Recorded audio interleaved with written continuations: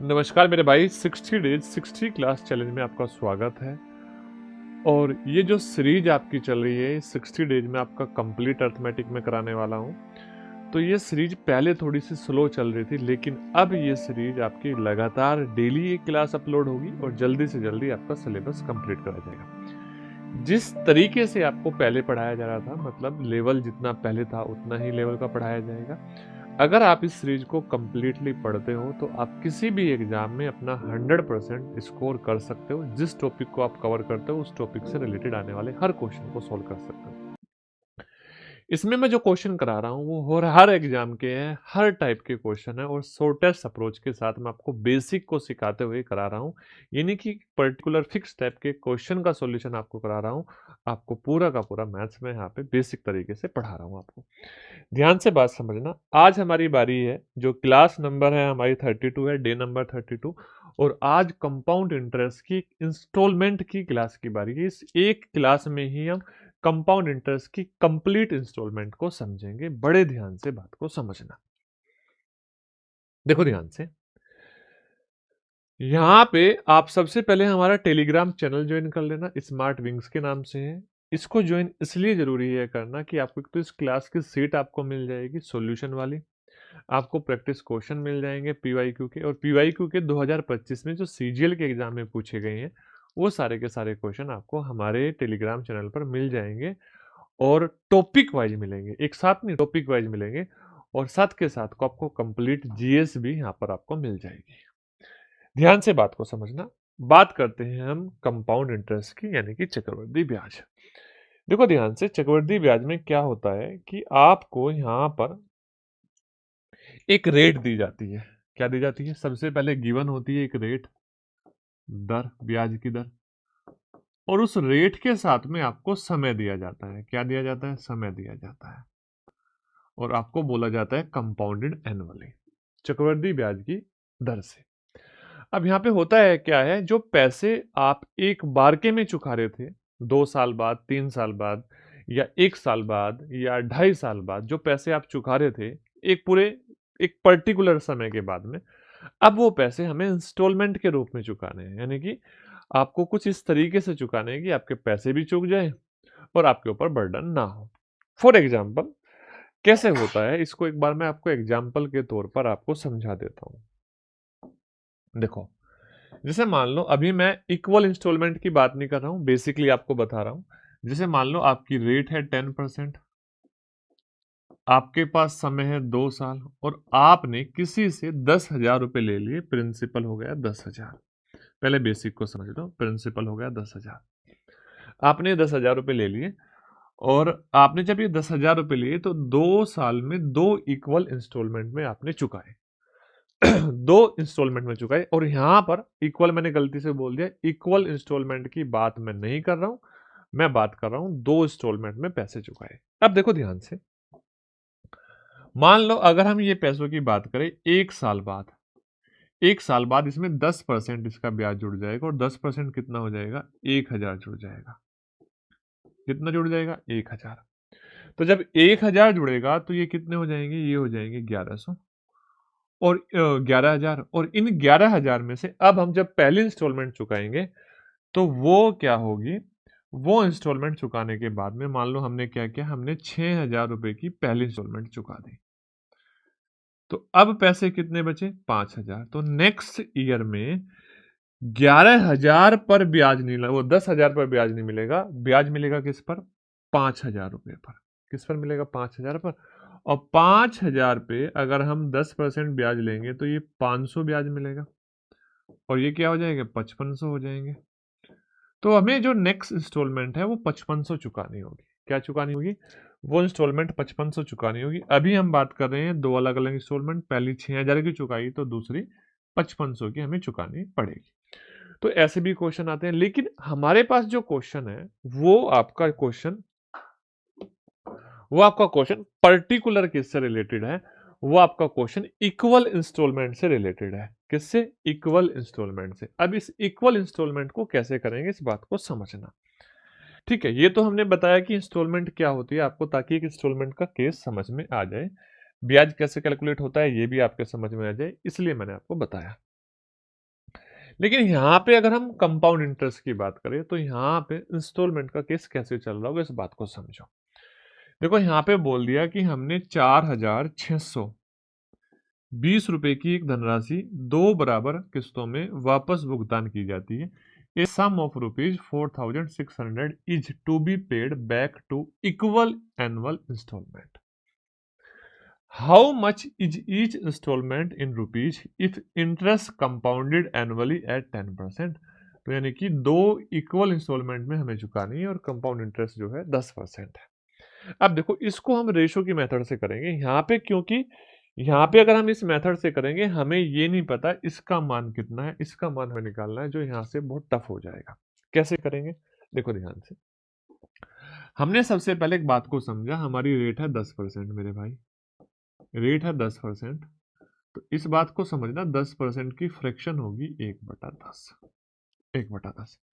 अगर 10% की फ्रैक्शन 1/10 है तो आप ये बताओ, अगर आपने प्रिंसिपल, अगर आपने राशि ली थी 10 रुपए की धनराशि ली थी और आप सिर्फ एक ही इंस्टॉलमेंट में चुकाना चाह रहे थे, सिर्फ एक इंस्टॉलमेंट में, तो और वो एक इंस्टॉलमेंट आपकी 1 साल बाद आप चुकाने वाले थे, तो 10 रुपए पर 1 रुपए ब्याज मिल जाएगा और वो धनराशि कितनी हो जाएगी, वो हो जाएगी 11, और आप 11 रुपए की किस्त चुका दोगे। क्या करोगे, 11 रुपए किस्त के रूप में चुका दोगे। कब, जब आप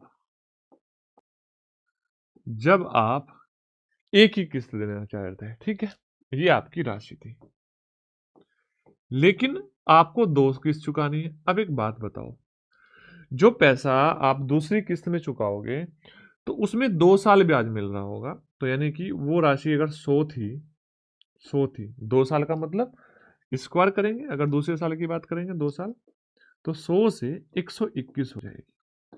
यानी कि कुछ धन तो ऐसा था जो जिसपे 1 ही साल ब्याज मिला था, और कुछ धन ऐसा था जिसपे कितना साल ब्याज मिला था, 2 साल। लेकिन जब आपने ये इंस्टॉलमेंट चुकाई, जब आपने जिस पे इंस्टॉलमेंट चुकाई, तो उस इंस्टॉलमेंट में आपने देखा कि दोनों किस्त बराबर थी, दोनों किस्त बराबर थी। ध्यान से बात समझना, आपने इन दोनों इंस्टॉलमेंट को बराबर किया, और बराबर किया तो ऊपर आपको 11 से मल्टीप्लाई करनी पड़ेगी। इसी प्रकार से अगर उधर 11 से करोगे तो यहां भी कितने से करनी पड़ेगी, 11 से। अब बात समझना, अब बात समझना ध्यान से। आप देखोगे कि यहां पर 110 राशि तो ये हो गई, 100 ये हो गई, तो टोटल राशि तो हो गई 210। अगर आपसे कोई पूछे किस्त, यानी कि ये जो जोड़ने के बाद आया, ये आपका आ गया प्रिंसिपल। ध्यान से बात समझ लेना, ये क्या आ गया, प्रिंसिपल आ गया। एक ही क्वेश्चन में बहुत सारी चीजें समझाऊंगा। ये क्या आया, 2 इक्वल इंस्टॉलमेंट थी, तो ये आपकी क्या आ गई, ये आ गई किस्त, 121 रुपए जो आई, ये आ गई आपकी किस्त। ठीक है, डन है बात है। अगर मैं 121 को जोड़ लूं, 121 यहां दिए मैंने, 121 यहां दिए, 2 किस्त दी, तो ये हो गया मेरा 242। और 242 क्या हो गया, 242 जो हुआ मेरा हो गया अमाउंट। क्या हो गया, अमाउंट। डन है बात है, 242 हो गया अमाउंट। अगर मैं आपसे पूछूं कुल कितना ब्याज देना पड़ा इस स्थिति में मुझे, तो आप बोलोगे यहां से यहां तक 32 रुपए का मुझे ब्याज देना पड़ा। कितना, 32 रुपए मुझे क्या देना पड़ा, CI। अब देखो आपने इस 2 साल के क्वेश्चन में, 2 साल के क्वेश्चन में आपने क्या क्या निकाल दिया, किस्त कितने रुपए हो सकती है, प्रिंसिपल कितना है, ब्याज कितना है, और आपका मिश्रधन कितना है। ये 4 चीजें आपको रेशो की हेल्प से पता चल जाएगी। ध्यान से बात समझना, अगर 3 साल थी तो अब की बार क्या कर देंगे, क्यूब कर लेते। 3 साल का क्वेश्चन भी आएगा तब चीजों को और अच्छे से समझ लेना। लेकिन ये बात समझने वाली है, अगर आपसे कोई पूछे किस्त इस क्वेश्चन में, इस रेशो में, क्वेश्चन को छोड़ दो, 121 रुपए की है, प्रिंसिपल 210 होना चाहिए, 210 होना चाहिए, अमाउंट 242 होना चाहिए, और चक्रवृद्धि ब्याज 32 रुपए होना चाहिए। अगर आप चाहते हो इस चीज को हम 210 रुपए में लेके करके दिखाए, तो आप देखो कितना आसान हो जाएगा। देखो अगर मैं बोलूं यहां पर 210 रुपए थे, कितने रुपए, 210 रुपए, और 210 में आपने 21 रुपए ब्याज जोड़ दिया, क्योंकि 10% ब्याज हुआ, तो ये हो गए 231। 231 आपने इसमें से 121 रुपए की किस्त दे दी, तो ये कितने हो गए वापिस 110। 110 अब इस 110 पे एक साल फिर ब्याज मिलेगा, और एक साल कितना ब्याज मिलेगा 11 रुपए, और ये कितने हो जाएंगे वापिस 121। तो आप बताओ ध्यान से, आपने 121 और 121 रुपए की दो किस्त चुकाई, ठीक है। ब्याज कितना दिया, ब्याज दिया आपने 21 और 11 32 रुपए, ठीक है ना। आपका अमाउंट कितना था, अमाउंट था 210, सॉरी अमाउंट नहीं, प्रिंसिपल 210, और अमाउंट कितना था 121 का 2 गुना 242। अब यहां पे देखो कंफ्यूजन है, बहुत सारा कंफ्यूजन है, लेकिन वहां पे ये सारी चीजें रेशो में डायरेक्ट आ जाती है, डायरेक्ट आ जाती है। डन है बातें। अब देखो आपको ये जो दिया है ना, ये 4262 वो 4620 ये राशि दी है, यानी कि 210 रेशो का मान है कितना 4620। अब 210 से इसको भाग दे दो, ठीक है ना, 210 से भाग दे दो। और आपसे पूछा है किस्त, किस्त है 121, किस्त है 121। अब ध्यान से बात समझना, आप बोलोगे सर जीरो से जीरो कट जाएगी, 21 से इसको भाग दूंगा, 21 दूनी 42, 21 दूनी 42 यानी कि 22। देखो 22 की 2 में गुणा करेंगे तो 1 में गुणा करेंगे, 22 से कम 22 कैरी 2, तो 22 दूनी 44, और 44 और 2 46, ठीक है। फिर 22 से कम 22 और 4 26, तो ये आ जाएगा आपका 2662। कितना आएगा 2662, और 2662 आपका, ये आपका परफेक्ट आंसर है, ठीक है। डन। बहुत बार ऐसा होता है कि यहाँ पर 11 का मल्टीपल हम चेक कर सकते थे, लेकिन मैं देख रहा हूँ सारे नंबर 11 का मल्टीपल है, यानी कि एग्जामिनर बहुत तेज हो चुका है। अगर आपको कोई ये जादू सिखाए तो ये जादू कभी कभी काम करेगा, हमेशा काम नहीं करेगा, आपको चीजें सीखनी होगी। अब देखो यहां पर भी दो बराबर किस्त है, बोल रहा है एक ऋण को दो इक्वल इंस्टॉलमेंट में दिया गया, if the rate of interest is कितना 10% and compound annually and each instalment. अब की बार यहां पर ये इंस्टॉलमेंट का मान दे दिया, किसका मान दे दिया, इंस्टॉलमेंट का मान दे दिया, और आपसे पूछा find the total interest, interest पूछा है। आपको ये बात पता चल चुकी है, अब हम धीरे धीरे चीजों को सीख चुके हैं कि अगर रेट हमारी 10% है तो इसकी फ्रैक्शन बनेगी 1/10। अगर हम बात करेंगे हमारी राशि यानी कि प्रिंसिपल कितना था, और बात करेंगे इंस्टॉलमेंट किस्त की, तो देखेंगे अगर एक ही किस्त देनी थी एक साल बाद तो 10 से 11 हो जाना था। अगर हम 2 साल बाद लौटाते तो इसका स्क्वायर कर देते, 100 से 121 कर देते, लेकिन किस्त बराबर थी। अब देखोगे यहां पर 11 और 21 को बराबर करना पड़ेगा, और इसके लिए हमें यहां पर 11 से गुणा करना पड़ेगा, इसी प्रकार से यहां पर 11 से गुणा करना पड़ेगा। अब देखोगे यहां पर आपके सामने 121 तो हो गई किस्त, 121 दूनी देखो 121 ऊपर और 121 नीचे, 121 दूनी 242, 242 हो गया आपका अमाउंट, मिश्रधन हो गया,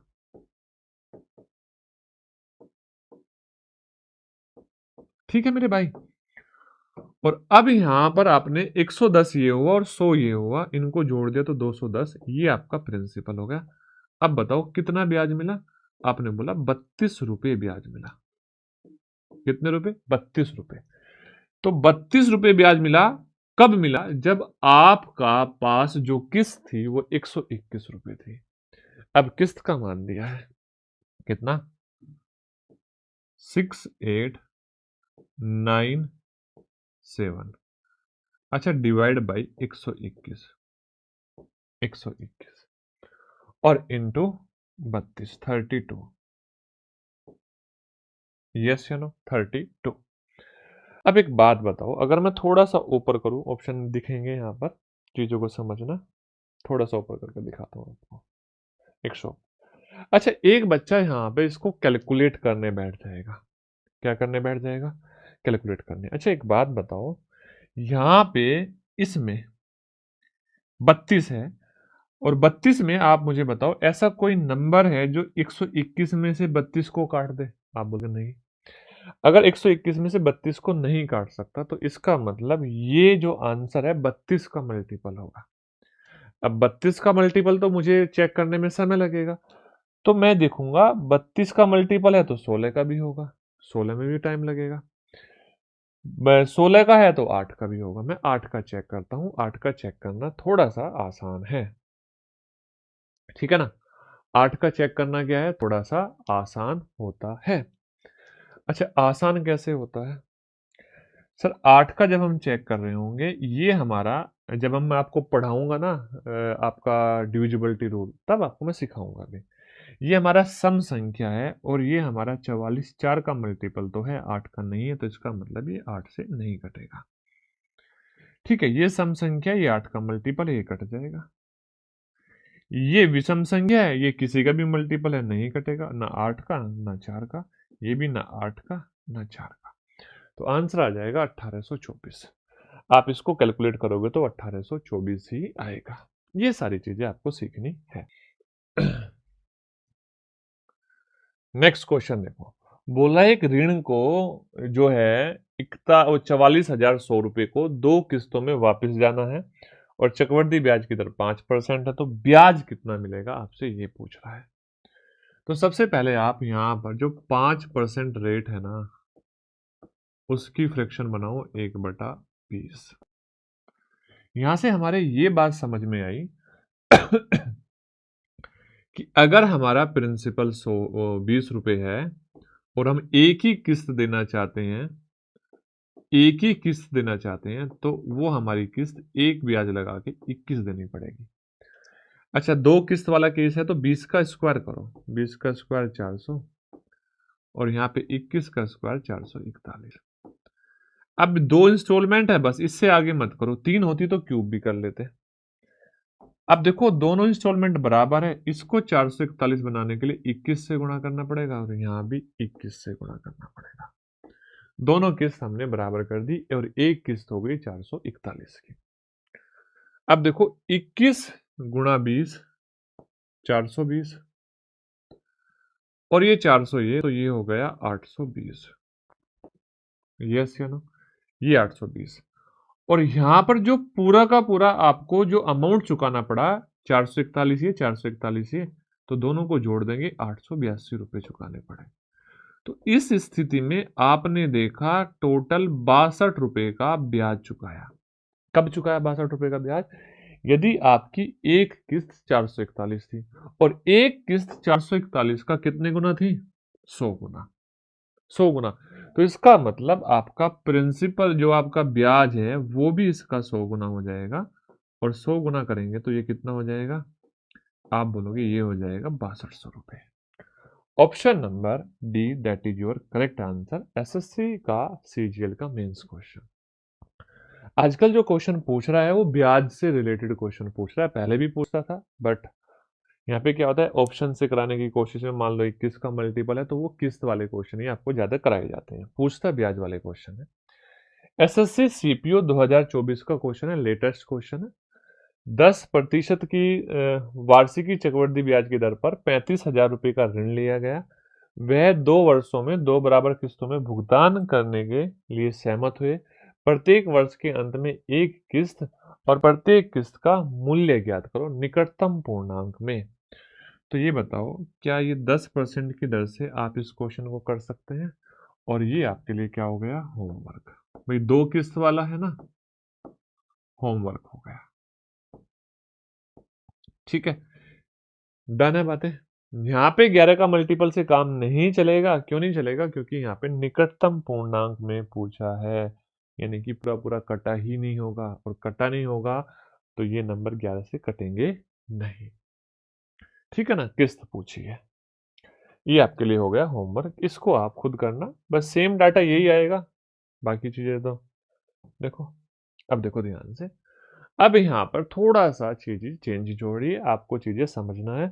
फेज 12 2024 में शिफ्ट 1 का क्वेश्चन है। क्वेश्चन क्या है? बोला है a loan of ₹2550 is to be paid back into 2 equal half yearly installment. यानी कि यहाँ पे जो इंस्टॉलमेंट दी जा रही है वो 6 महीने बाद दी जा रही है, 2 equal half yearly instalment. How much each instalment if the interest is compounded half yearly at 8% per annum. अच्छा एक बात बताओ, यहाँ पे जो आपका इंटरेस्ट है ये 8% पर एनम है और इसको आधा कर दो तो 4% हाफ ईयरली हो जाएगा या नहीं होगा?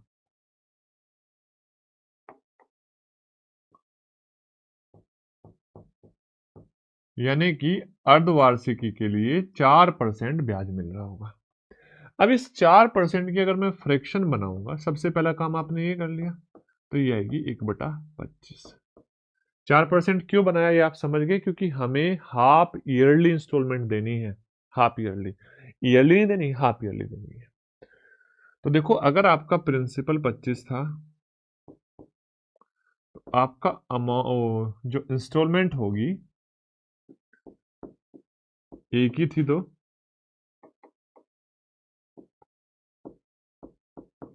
26 हो जाएगी। 2 थी तो इसका स्क्वायर कर दो, 25 का स्क्वायर 625 और 26 का स्क्वायर 676। दोनों इंस्टॉलमेंट बराबर चुकानी है भाई। एक साल में हाफ ईयरली करके कितनी इंस्टॉलमेंट होगी मेरे भाई? 2 इंस्टॉलमेंट होगी। अगर 2 होगी तो 676। अब यहाँ पे 26 से गुणा कर दो क्योंकि दोनों इंस्टॉलमेंट इक्वल होनी है। अच्छा जब 26 से 25 में गुणा करेंगे 650 आएगा। कितना आएगा? 650। अब देखो आपके पास जो प्रिंसिपल है 625 से 650 से तो 1275 हुआ। कितना हुआ? 1275। और इंस्टॉलमेंट हुई 676 की। कितने की? 676 की एक इंस्टॉलमेंट। अब देखो यहां पर आपको 2550 दे रहा है जो आपका प्रिंसिपल है और आपसे इंस्टॉलमेंट पूछ रहा है। तो कोई भी बच्चा बता सकता है, वो तो इजी सी कहानी है कि भाई इसका दुगना अगर मैं कर दूं ना तो 2550 ही हो जाएगा। ठीक है, तो इसका मतलब इस इंस्टॉलमेंट को भी मैं डबल कर दूंगा। 6 दूनी 12, 7 दूनी 14 और 1 15, 6 दूनी 12 और 1 13, यानी कि 1352 हो जाएगी। कितना हो जाएगा? 1352, ऑप्शन नंबर बी। तो ये 2 साल के क्वेश्चन थे। उम्मीद करता हूँ 2 साल के क्वेश्चन में आप सब कुछ कर पाओगे, बड़े इजी तरीके से कर पाओगे। बस आपको रेट की फ्रैक्शन बनानी और ये सारी चीजें आनी चाहिए। देखो ध्यान से, ये कब आया क्वेश्चन? 2019 के मेंस में। रेट क्या थी देखना ध्यान से, 8%। ये कब आया क्वेश्चन? CHSL 2024 में। रेट क्या थी? 8%। क्या बदला? बस प्रिंसिपल बदला। सेम क्वेश्चन है, प्रिंसिपल बदला। यहां भी क्या है? अर्धवार्षिकी किस्तों में चुकाया जाना है। अर्धवार्षिकी किस्तों में चुकाया जाना है। तो यहां पर बस आपसे पूछा गया है ऋण पर कितना ब्याज मिलेगा। क्या पूछा गया है? इस ऋण पर कितना ब्याज मिलेगा। तो देखो सबसे पहले तो हम 8 को 2 से भाग देके 4% बना लेते हैं क्योंकि हाफ ईयरली है ना, ये ईयरली है। कितना बना लेते हैं? 4%। जब हमने इसको 4% बनाया तो 4% की फ्रैक्शन हुई 1/25। हमने देखा अगर प्रिंसिपल और इंस्टॉलमेंट की बात करें और सिर्फ एक ही इंस्टॉलमेंट थी तो प्रिंसिपल 25 और इंस्टॉलमेंट 26।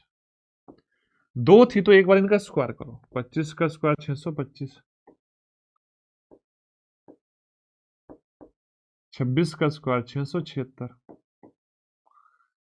अब दोनों इंस्टॉलमेंट इक्वल थी, दोनों इंस्टॉलमेंट इक्वल थी, तो मैं यहां पर 26 से गुणा कर दूंगा और यहां भी 26 से गुणा कर दूंगा। तो देख मेरे भाई यहां पर ये 1275 हो जाएगा, अभी अभी हमने किया भी था पिछले वाले क्वेश्चन में। और यहां पर 676 का डबल, तो 6 दूनी 12, अच्छा 7 दूनी 14 और 1 15, 6 दूनी 12 और 1 13, 1352 रुपए हो जाएंगे। यानी कि अगर 1275 पैसे आप लेते तो 1352 रुपए आपको चुकाने पड़ते और इस स्थिति में कितना ब्याज देना पड़ता? तो आप बोलोगे 77 रुपये ब्याज देना पड़ता है।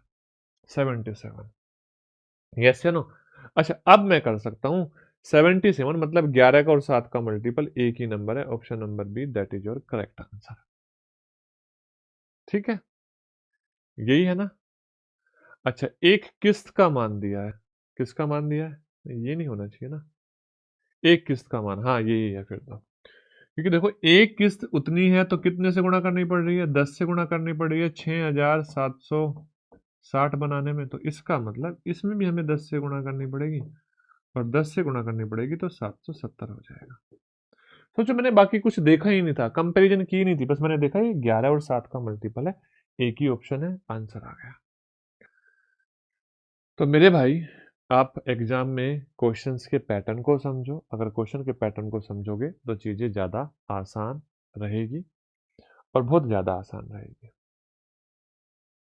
देखो ध्यान से, अब ये 3 किस्त वाला क्वेश्चन है। कितनी किस्त वाला? 3 किस्त वाला। तो 3 में क्या करें समझो। An item is bought on a condition that 3 instalment of 3993 are to be paid at the rate of 10% compound interest compounded annually the cost of the item। यानी कि आपसे प्रिंसिपल पूछा है। एक वस्तु थी जिसको हमने खरीद लिया, और यहाँ पे हमने 3 इक्वल इंस्टॉलमेंट दी। कितने की? 3993 की। तो बोल रहा है अगर 10% की दर से ब्याज भी लगा वार्षिकी, तो आप उसकी कीमत बता दो, मतलब प्रिंसिपल बता दो। तो सबसे पहले तो आपको ये बात पता ही चल चुकी है कि हम इस रेट की फ्रैक्शन बना रहे हैं, और रेट की फ्रैक्शन कितनी है? 1/10 है। तो इसका मतलब यहां से हम इस बात को समझ गए कि सर, अगर हमारा प्रिंसिपल, ये वाला लेते हैं, अगर हमारा प्रिंसिपल 10 था तो हमारी इंस्टॉलमेंट 11 होनी थी। अगर एक किस्त थी, 2 थी तो एक बार इनका स्क्वायर कर दो, 100 121। 3 थी तो क्यूब कर दो, 1000 और 1331। 11 का क्यूब 1331।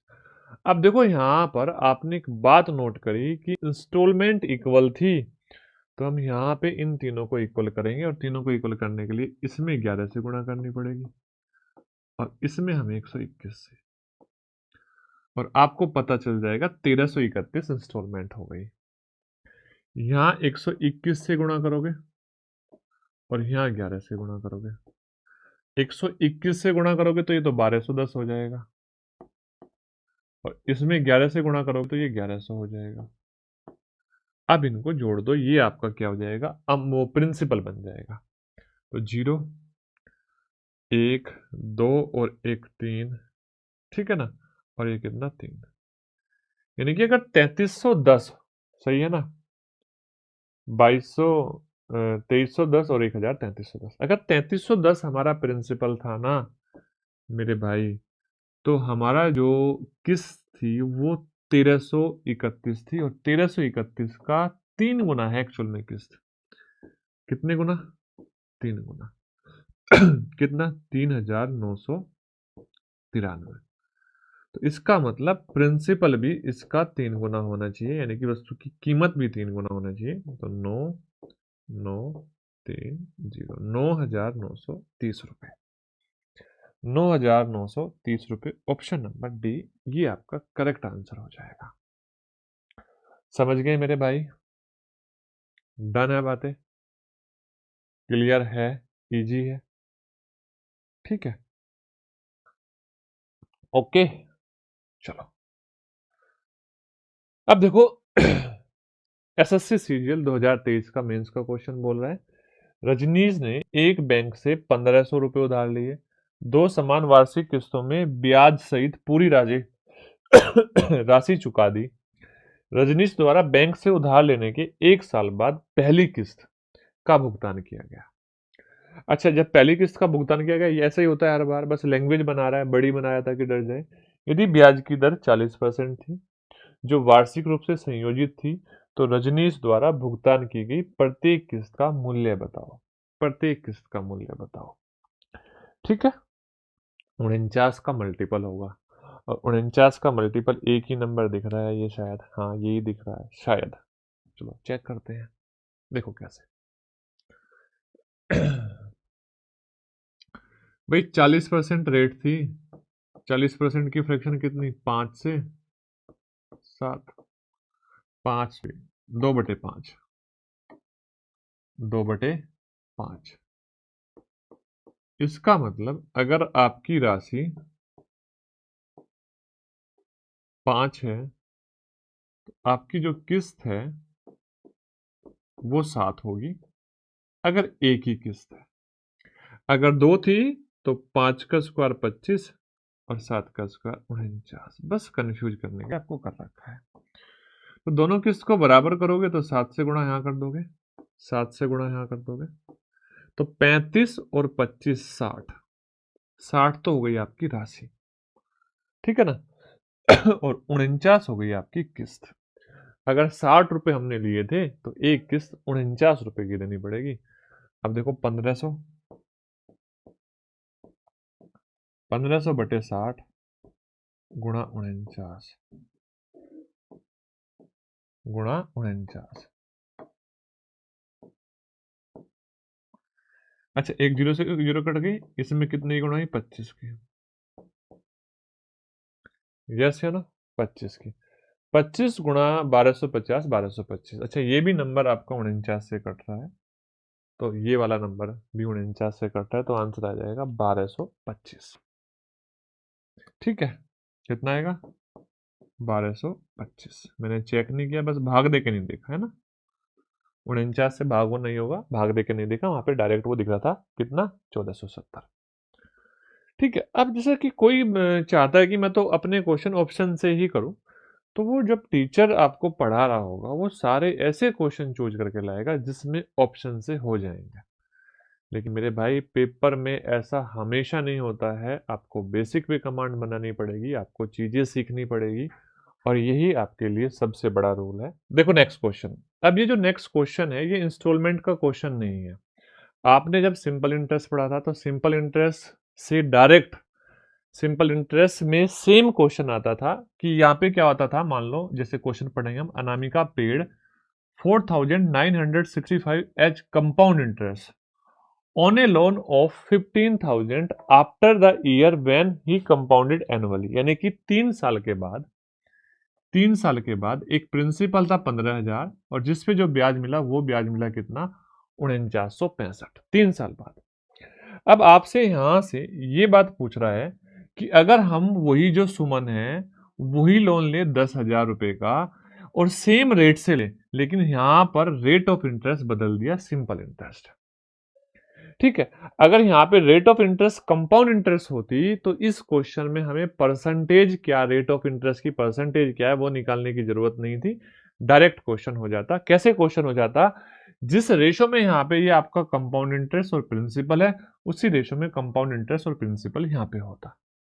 क्यों, क्योंकि आप सोचो भाई, अगर मान लो कोई भी धन एक 10,000 है, 1331 होता है, मान लो 10% की रेट है, 1331 होता है, तो यहाँ पे जब ये 1331 होगा तो इस बात को समझो, कंपाउंड इंटरेस्ट मिलेगा 331। क्या ये हर केस में हो रहा होगा, हर केस में यही तो रेशो बनेगा, आप बोलोगे हाँ। तो उसी तरीके से जब रेट ऑफ इंटरेस्ट सेम होगी तो रेशो सेम बनेंगे और वहां से हम इजी तरीके से आंसर बता सकते हैं विदाउट रेट ऑफ इंटरेस्ट निकाले हुए। लेकिन अब अगर हम इस क्वेश्चन को करना चाहते हैं तो पहले रेट ऑफ इंटरेस्ट निकालनी पड़ेगी। आप देखो, अगर आप 15,000 आपका प्रिंसिपल है और यहाँ पे 15,000 में 4,995 जोड़ देते हो तो 19,000 कितना हो जाएगा, 19,965 हो जाएगा। ये 3 साल बाद हो जाएगा प्रिंसिपल और अमाउंट का रेशो, प्रिंसिपल और अमाउंट का रेशो। ध्यान से बात समझना। अब देखो यहां पर क्या होगा कि यहां पर हम इनका रेशो बनाएंगे, पहले 15 से ये भाग हो जाता है कितनी बार, 1,000 बार, और 15 से इसको भाग देंगे, 15 कम 15, 15 या 45, 15 या 45, 15 कम 15, 1331। अब देखो 3 साल का रेशो हमारे पास है, अगर इस रेशो को हम 1 साल में कन्वर्ट करना चाहेंगे तो क्यूब रूट करना पड़ेगा। 1000 का क्यूब रूट 10 और इसका क्यूब रूट कितना हो जाएगा 11। तो इसका मतलब यहां से सीधा सीधा पता चल जाएगा कि 1 साल में जो ब्याज मिलेगा वो ब्याज कितना मिलेगा, एक ब्याज मिलेगा 10 पर, और रेट ऑफ इंटरेस्ट हो जाएगी 10%। रेट ऑफ इंटरेस्ट कितनी हो जाएगी, आप बोलोगे 10% हो जाएगी। ठीक है, 10%। डन है बातें। अच्छा, दूसरी चीज ये बात समझना, यहाँ पर दूसरी चीज ये बात समझना, अब ये 10% की दर से सिंपल इंटरेस्ट से कोई धन दिया जाएगा 3 साल में, तो उस स्थिति में यहाँ पे जो ब्याज मिलेगा वो ब्याज 30% मिलेगा। कितना परसेंट, 30%। अब 30% ब्याज मिलेगा तो 10,000 का 30% 3,000 हो जाता है। ठीक है, कितना आंसर आएगा, 3,000 इसका आंसर आएगा। डन है। बोल रहा अमित ने 4 वर्षों के लिए 10% वार्षिकी चक्रवृद्धि ब्याज की दर से 8,000 रुपये उधार लेता है। पहले वर्ष के अंत में वो कितने चुका देता है, 2800 चुका देता है। दूसरे वर्ष के अंत में 2600 चुका देता है। तो बताओ उसे 4 वर्षों के बाद कितना भुगतान करना चाहिए ताकि वार्षिक ब्याज संयोजित हो, और यहाँ पे क्या है 10% की रेट है। देखो ये क्वेश्चन डायरेक्ट वाला नहीं है, ये क्वेश्चन थोड़ा सा आपको चीजों को समझ के करना पड़ेगा। कैसे समझना पड़ेगा, देखो इस तरीके से समझो कि आपका 8,000 आपका प्रिंसिपल है, आपको पहले साल 10% का ब्याज लगा, और 10% का जब ब्याज लगा आपने उसमें से टोटल उस अमाउंट में से 2800 रुपये लौटा दिए। अब नेक्स्ट जो बचा उसमें फिर 10% का ब्याज लगा, अब वो ब्याज फिर आपने जोड़ा, प्रिंसिपल है उसमें से आपने 2600 लौटा दिए। अब क्या हुआ, अब यहां पे आपके पास 2 साल बचे, तो नेक्स्ट जो राशि होगी उस पे 2 साल ब्याज लगेगा, और आपसे ये पूछ रहा है कि उसके बाद कितना और उसको भुगतान करना पड़ेगा। थोड़ा सा बस बेसिक से क्वेश्चन को करना स्टार्ट करते हैं। देखो ध्यान से अगर 8,000 हमारा प्रिंसिपल है तो पहले साल इस पे 10% मतलब 800 ब्याज मिलेगा, और 800 ब्याज मिलेगा तो ये हो जाएगा 8800। इस 8800 में से आपने 2800 लौटा दिया, तो कितने बचे 6,000। डन है। अब इस 6,000 पे नेक्स्ट ईयर 10% वापिस ब्याज लगेगा, और 10% ब्याज लगेगा तो 600 लगेगा। कितना लगेगा, 600 लगेगा, और ये हो जाएगा 6600। अब इस 6600 में से आपने 2600 लौटा दिए, बचे कितने 4,000। अब आपके पास 4,000 बचे। अब आप तीसरे साल कोई पैसा नहीं लौटाओगे, और जो पैसा लौटाओगे चौथे साल के एंड में लौटाओगे, और चक्रवृद्धि ब्याज की दर क्या है 10%। कितना 10%। तो सोचो 2 साल में अगर मैं आपको बोलूं 10% से, एक साल में धनराशि 10 से 11 होगी भाई। 10% की दर से एक साल में प्रिंसिपल 10 से 11 हो जाएगा। लेकिन अगर मैं यही 2 साल करूं तो 10 का स्क्वायर हो जाएगा 100, और 11 का स्क्वायर हो जाएगा 121। यानी कि आपका जो धन है, जो प्रिंसिपल है 100 से कितना हो जाएगा 121 हो जाएगा। यानी कि 100 का मान 4,000 है, तो गुणा कर दो कितने से 40 से, 4,000 हो जाएगा। इधर भी 40 से गुणा कर दो, और 40 से गुणा करोगे तो 0, 4, 4 दूनी 8 और 4, है ना, 4 दूनी 8 और 4, यानी कि 4840 रुपये आपको लौटाने पड़ेंगे। ऑप्शन नंबर सी ये आपका करेक्ट आंसर हो जाएगा। ठीक है ना, ये आपका बिल्कुल सही उत्तर हो जाएगा। नेक्स्ट देखो ध्यान से ये देखो एसएससी, फिर वापस एसएससी सीजीएल मेंस 2017 में क्वेश्चन आया। यहां पे क्वेश्चन उल्टा है उसका, उल्टा मतलब उसको उल्टा चला रखा है। अच्छा क्वेश्चन है, बड़ा प्यारा है, समझेंगे। क्या बोला, एक व्यक्ति कुछ धन उधार लेता है। जब वो धन उधार लेता है तो पहले वर्ष के अंत में कितना धन लिया ये नहीं बताया, उसने 3150 रुपए लौटा दिए। लास्ट क्वेश्चन है ये आपका ना।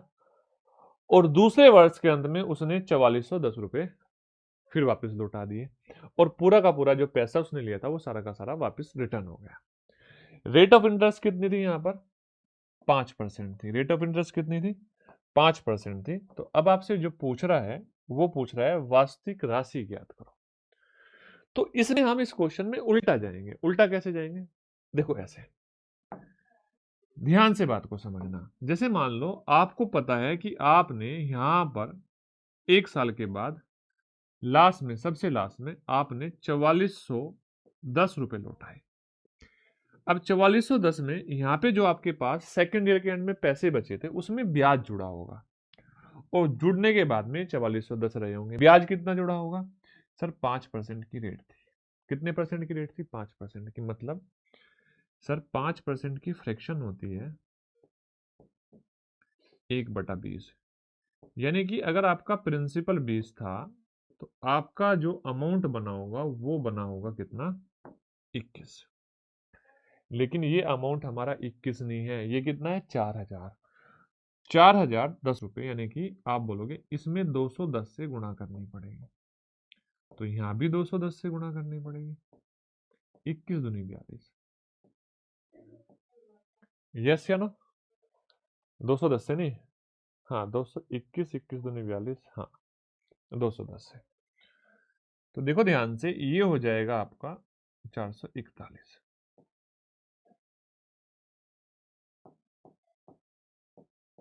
डन है बातें? इसका मतलब आप ये समझ गए कि सर यहां पे हमारे पास 4200 रुपये दूसरे साल के अंत में बचे थे, और उन 4200 रुपये पे हमने 210 इसका 5% ब्याज जोड़ा था, और तब जाके हमने सबसे लास्ट में कितने लौटाए थे? 4410 रुपये हमने लौटाए थे। यही हुआ था। अच्छा, लेकिन जब हमने यहाँ पर ये 4200 रुपये बचे, ये कब बचे थे? जब हमारे पास यहाँ पर हमने एक प्रिंसिपल में से, एक अमाउंट में से हमने घटाया था 3150 रुपये। कितना? 3150 रुपये। यानी कि 3150 घटाया था, तब जाके क्या आया था? तब जाके हमारा क्या आया था? 4200 आया था। तो अब देखो, अगर हम इन दोनों को जोड़ देंगे तो यहाँ पे हमें पता चलेगा 7350 में से 7350 हमारे पास पैसे थे जो हमें लौटाने थे, हमने 3150 लौटा दिए, तो अभी भी कितने लौटाने बचेंगे? कितने बचेंगे? 4200 रुपये। अब देखो यहां भी हमें क्या मिला होगा? आप बोलोगे सर यहां भी एक प्रिंसिपल था और उस पे 10% ब्याज मिला होगा। 10%। अब तो आप अपने ऑप्शन का यूज कर सकते हो भाई। किस में 10% जोड़ने के बाद 710 नहीं, सॉरी 5% है क्वेश्चन में। किस में 5% आप जोड़ने के बाद में आप इसको 7350 बना दोगे? सोचो, क्या 5000 का 5% कितना होता है? बताओ भाई। 5000 का 5% होता है 250, तो नहीं बनेगा। तो एक ही ऑप्शन आपको दिख रहा होगा, 7000 रुपये। 7000 का 5% होता है 350। डन है? कितना होता है? 350। तो यहां से आप अब ऑप्शन की हेल्प से इसका आंसर बता दोगे। बेसिक कैलकुलेशन से चाहते हो तो भी बता सकते हो।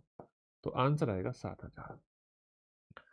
आपके कंपाउंड इंटरेस्ट में जो इंस्टॉलमेंट का टॉपिक होता है, उस इंस्टॉलमेंट में टॉपिक में इससे बाहर कुछ भी पेपर में नहीं आता, ना आज तक कभी पूछा गया है।